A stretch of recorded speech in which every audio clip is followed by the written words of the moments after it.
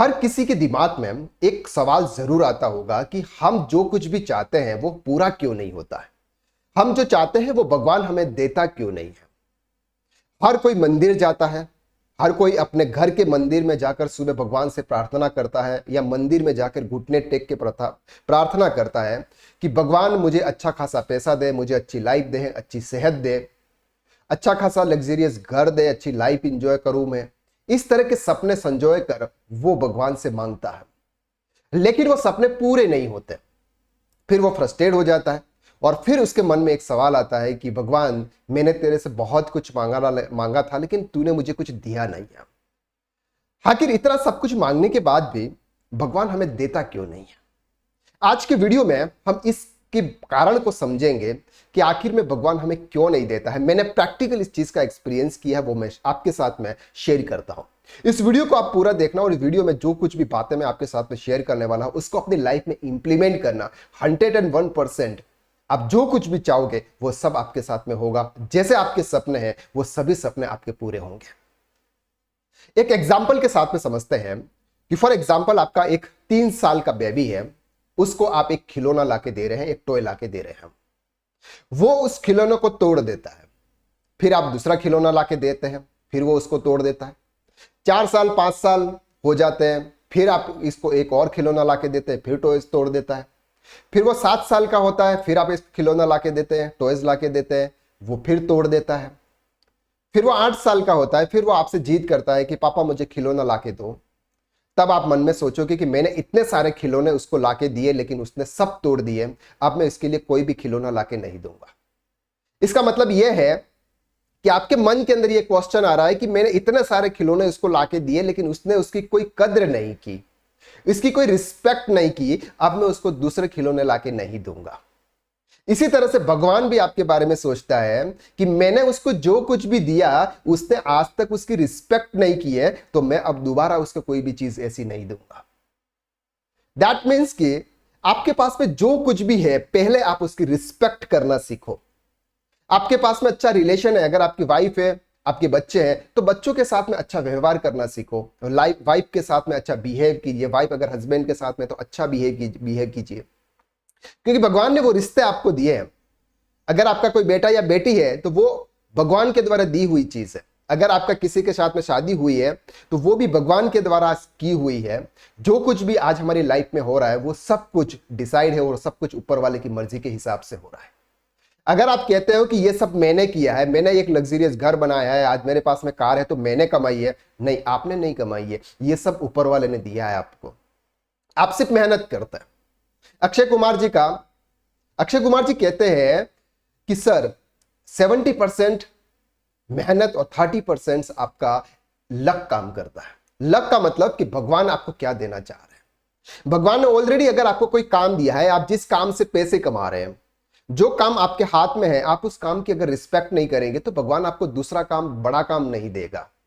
जो काम आज आपके पास में है, जिससे आपके जेब में पैसा आ रहा है, जिससे आपका फैमिली सर्वाइव हो रही है, जिससे आप फैमिली को खर्चे उठा रहे हैं, आप उसी के बारे में रात दिन कोसते रहते हो, उसी के बारे में बात करते रहते हो कि यार ये तो जॉब अच्छी नहीं है, यहाँ तो बहुत काम ज्यादा है। एक दूसरे सीनियर्स की, इन सब की बुराई हम करते रहते हैं। लेकिन जब हम उसी काम की वैल्यू करना सीख जाएंगे कि जिस काम से मेरे पास में पैसा आ रहा है, जिससे मेरी फैमिली का खर्चा निकल रहा है या मेरा खर्चा निकल रहा है, मैं लाइफ में सरवाइव कर पा रहा हूं, उस काम की अगर आप रिस्पेक्ट करोगे तो भगवान भी सोचेगा यार मैंने उसको जो कुछ भी दिया है ना, उसकी रिस्पेक्ट ये कर रहा है, तो मुझे और भी कुछ उसको देना चाहिए। तो अल्टीमेटली कहने का मतलब यह है कि आपके पास में जो कुछ भी चीज आज है उसकी आप रिस्पेक्ट करना शुरू कीजिए। भगवान को थैंक यू देना शुरू कीजिए। भगवान का ग्रेटिट्यूड करना आप शुरू कीजिए।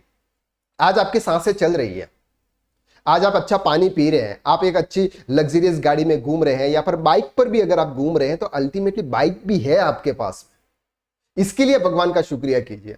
आपके रहने के लिए एक छत है, यानी कि बारिश का पानी आपके ऊपर नहीं गिर रहा है, ठंड आपको नहीं लग रही है, 4 दीवारी है आपके पास में। पहले आप उसका ग्रेटिट्यूड कीजिए। तो ग्रेटिट्यूड के अंदर बहुत बड़ी पावर होती है। और जब आप ग्रेटिट्यूड करना शुरू कर देते हैं, जो कुछ भी आपके साथ में लोग हैं, जैसा आपके साथ में बिहेव करते हैं, कोई बात नहीं, अगर उन्होंने आपके साथ में गलत बिहेव किया, इट्स ओके, लेकिन आप उसके साथ में अच्छा बिहेव कीजिएगा। जो कुछ आपके पास में है, भगवान ने आपको दी है, बस उसकी आप रिस्पेक्ट कीजिए। सबसे इंपॉर्टेंट कि भगवान ने आपको ये जो बॉडी दी है, सबसे पहले इस बॉडी की रिस्पेक्ट करना आप शुरू कीजिए। भगवान ने 2 आंखें दी है। कोई एक ऐसे पर्सन से आप पूछिए जिनके पास में 2 आंखें नहीं है। ऐसे पर्सन से पूछिए जो कानों से सुन नहीं रहा, आप सुन रहे हैं। ऐसे पर्सन से पूछिए जिसके पैर नहीं है, आपके पैर हैं। ऐसे पर्सन से पूछिए जिनके हाथ नहीं है, आपके हाथ हैं। यानी कि ये जो भगवान ने आपको बॉडी दी है ना, पहले तो उस बॉडी की रिस्पेक्ट कीजिए। फिर भगवान ने आपको जो रिश्ते दिए जिनके साथ में आप रह रहे हैं, आप उसकी रिस्पेक्ट कीजिए। भगवान ने आपको वो काम दिया जिससे आप फैमिली सर्वाइव कर सकते हैं, आप उसकी रिस्पेक्ट कीजिए। जब तक आप उसकी रिस्पेक्ट नहीं करोगे, भगवान भी सोचेगा कि यार मैंने जो कुछ भी उसको दिया है, बस ये हमेशा मतलब कंफ्यूजन में ही रहता है, हमेशा उसकी शिकायत करता रहता है। तो शिकायत छोड़ के भगवान का ग्रेटिट्यूड कीजिए। अल्टीमेटली देने वाला सब कुछ ऊपर वाला ही है। हम और आप कुछ भी नहीं करते, हम तो सिर्फ मेहनत करना जानते हैं। अगर आप सोच रहे हो कि इतनी मेहनत करने के बाद भी भगवान मुझे नहीं देता है, तो आप अभी उसके लायक है ही नहीं। भगवान आप समझ रहा है कि आप अभी उसके लायक नहीं है। अगर भगवान आपको 1 करोड़ रुपया दे दे, आप उसको नहीं हैंडल कर पाओगे।